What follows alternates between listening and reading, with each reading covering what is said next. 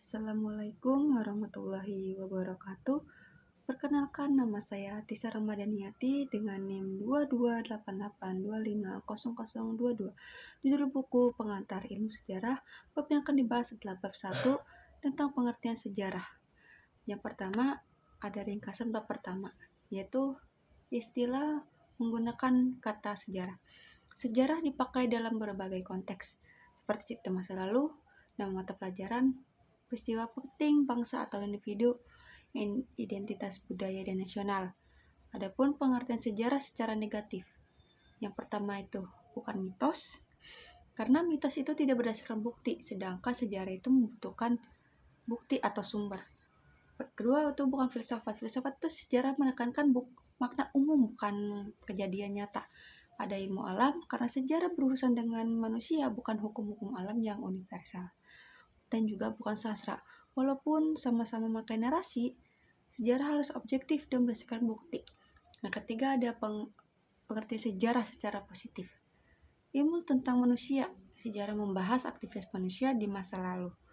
Adapun tentang waktu, sejarah sangat terkait dengan konteks waktu, seperti kapan, kronologi, dan perubahan. Ilmu yang bermakna sosial, sejarah itu bukan hanya fakta, tapi juga makna bagi masyarakat.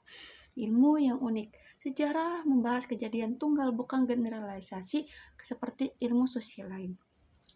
Adapun definisi sejarah menurut Kunto Wijoyo yaitu adalah konstruksi masa depan secara ilmiah dengan metode teori dan teknik tertentu berdasarkan sumber-sumber sejarah. Dan adapun sejarah kritis, apa perbedaan sejarah dengan ilmu sosial lain? Ilmu sosial lain seperti sosiologi mencari hukum umum atau pola berulang. Sejarah meneliti kejadian tunggal dan kontekstual dalam ruang dan waktu tertentu. Mengapa sejarah disebut ilmu tentang waktu? Karena sejarah itu bisa dipisahkan dari kapan peristiwa itu terjadi. Waktu dalam sejarah itu bukan hanya kronologis, tapi juga kaitan sebab, akibat, dan perubahan. Apakah sejarah lebih dekat dengan ilmu atau seni? Menurut Kunto Wijoyo, sejarah adalah ilmu karena memakai metode ilmiah. Namun, penulisan sejarah bisa memerlukan gaya narasi seperti seni agar komunikatif.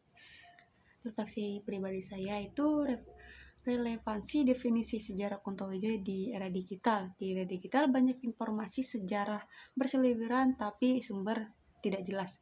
Pendekatan ilmiah Kunto Wijoyo membantu memilih mana informasi secara valid berdasarkan sumber otentik, metode ilmiah, dan analisis. Sejarah tetap penting untuk membangun identitas dan daya kritis di tengah banjir informasi.